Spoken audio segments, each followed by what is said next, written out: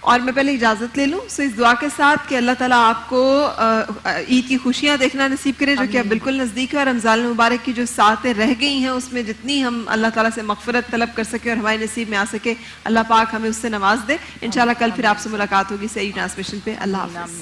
اللہ حافظ. جی پھیلائے ہوئے سب کا سائے جہاں ہم توبہ کرتے ہیں. پھیلائے ہوئے سب کا سائے جہاں ہم توبہ کرتے ہیں. بندے ہیں تیرے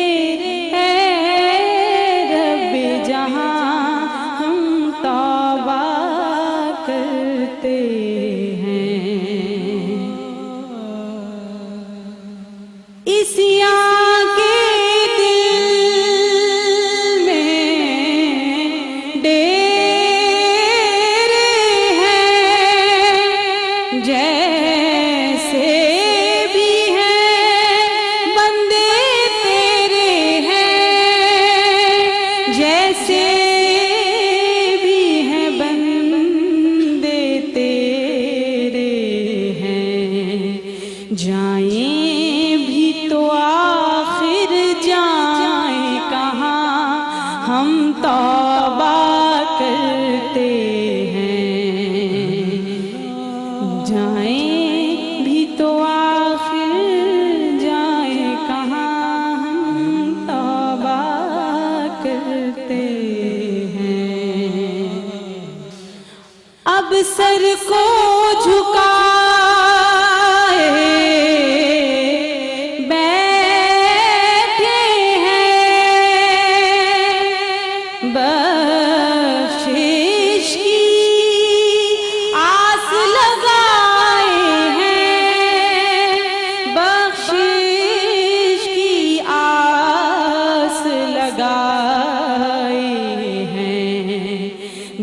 اپنے کرم کی خاص امان ہم توبہ کرتے ہیں. دے اپنے کرم کی خاص امان ہم توبہ کرتے ہیں. جھوٹے ہیں سہارے